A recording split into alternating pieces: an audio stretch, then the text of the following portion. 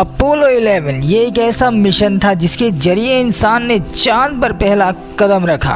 Apollo 11 ये एक ऐसी उड़ान थी जिसने चांद पर पहले इंसान नील आर्मस्ट्रॉन्ग और एडविन बज़ एल्ड्रिन जूनियर को 10 जुलाई 1969 को सफलतापूर्वक उतारा था। अमेरिका का ये अभियान मानव इतिहास और अंतरिक्ष अनुसंधान के इतिहास में बहुत बड़ी उपलब्धि है। मगर इतने साल होने के बावजूद इंसान फिर से चांद पर क्यों नहीं जा रहा, बल्कि तब से लेकर आज की टेक्नोलॉजी कई गुना ज्यादा एडवांस हो चुकी है। जब पहली बार इंसान चांद पर गया था तब उसने वहां कई शोध किए और वहां के बहुत सारे नमूने भी इकट्ठे किए।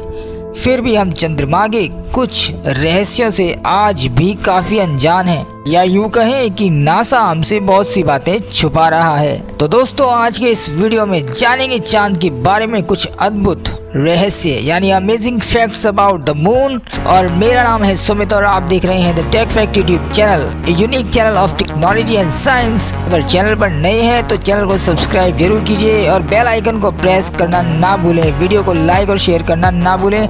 चलिए वीडियो को शुरू करते हैं।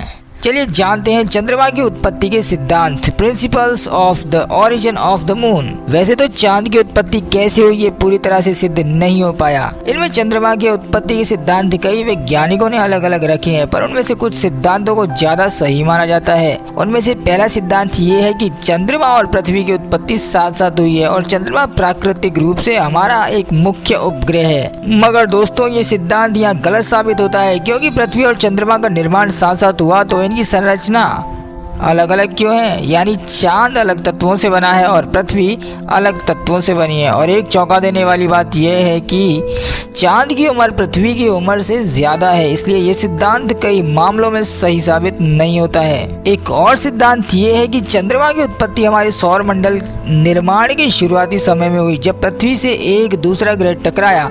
इस भयंकर टक्कर से चांद की उत्पत्ति हुई और हमारी पृथ्वी पर एक बहुत बड़े खड्डे का निर्माण हुआ, जो आज प्रशांत महासागर कहलाता है। मगर जब वैज्ञानिकों ने चांद और प्रशांत महासागर की मिट्टी का परीक्षण किया तो उन्हें इनकी अलग अलग संरचना मिली। तो इस परीक्षण में ये सिद्धांत कई मायनों में सही साबित नहीं होता, मगर इसी सिद्धांत को वैज्ञानिकों द्वारा सही माना जाता है और हमें यही पढ़ाया जाता है। कुछ और सिद्धांत की बात करें तो वैज्ञानिकों द्वारा ये सिद्धांत भी लगाया जाता है कि हमारे चंद्रमा की उत्पत्ति हमारे सौर मंडल के बाहर हुई है और कुछ प्राकृतिक कारणों की वजह से बाद में ये हमारा उपग्रह बना, इसलिए हमारी पृथ्वी और चंद्रमा की संरचना काफी अलग अलग है। ये सिद्धांत के प्रमाण कई मायनों में सही जुड़ते हैं, पर इस थ्योरी को लेकर वैज्ञानिकों में आज भी कई विवाद हैं। चलिए आगे बढ़ते हैं। और दोस्तों, अगर आपको ये वीडियो पसंद आ रहा है तो वीडियो को जोर से लाइक्स और शेयर करना ना भूलें और चैनल को सब्सक्राइब कर लें। क्या लगता है आपको, क्या चांद एलियन द्वारा बनाया गया एक आर्टिफिशियल सैटेलाइट है? जी हाँ, ये मेरा प्रश्न नहीं, ये वैज्ञानिकों का प्रश्न है। कई वैज्ञानिकों द्वारा अनुमान लगाया जा रहा है कि हमारा चांद एक प्राकृतिक उपग्रह नहीं है, बल्कि एलियन द्वारा बनाया गया एक आर्टिफिशियल सैटेलाइट है। अब तक किए गए खोजानुसार चांद की संरचना बहुत ही रहस्यमय है, जो अन्य ग्रह की उत्पत्ति से कुछ भी मेल नहीं खाती।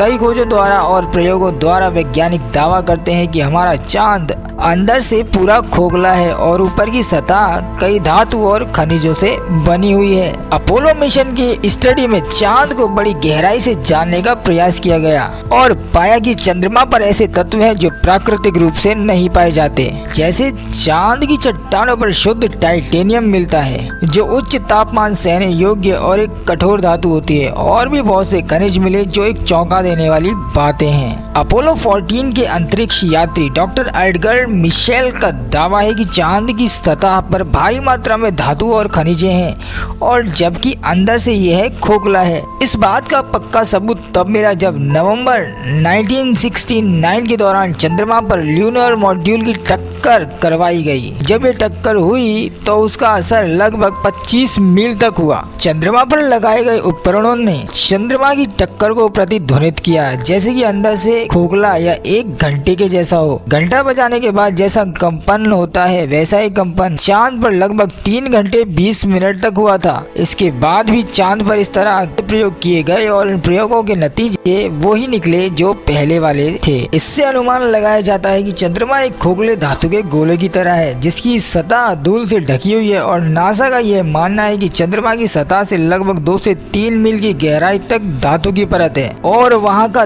तापमान दिन में 180 डिग्री तक पहुँचता है और रात में -150 डिग्री तक पहुँचता है। तब भी चांद पर इसका कोई असर नहीं होता है। चांद पर रहते थे aliens lived on the moon. चांद की रचना ऐसी है जैसे कि वो एक बहुत बड़ी स्पेसशिप हो। अपोलो मिशन के दौरान कई तथ्य उजागर हुए, जैसे कि मून लैंडिंग के समय यूएफओ दिखना, अनआइडेंटिफाइड फ्लाइंग ऑब्जेक्ट्स को देखना और भी कई रहस्य हैं जो हमसे छुपाए जाते रहे हैं।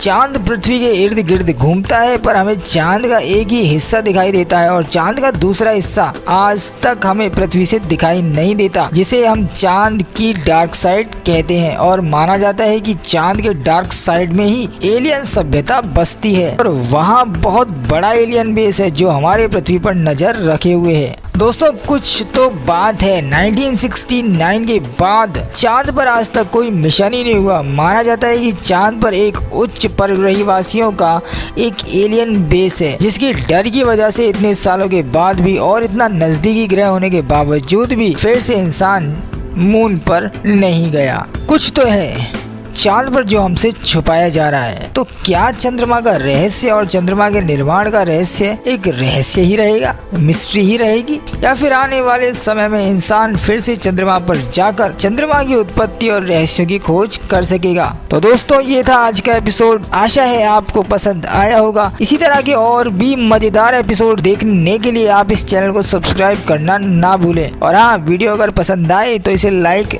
जरूर कीजिए और अपने दोस्तों के साथ शेयर कीजिए। मिलते हैं अगले वीडियो में, तब तक के लिए जय हिंद, वंदे मातरम।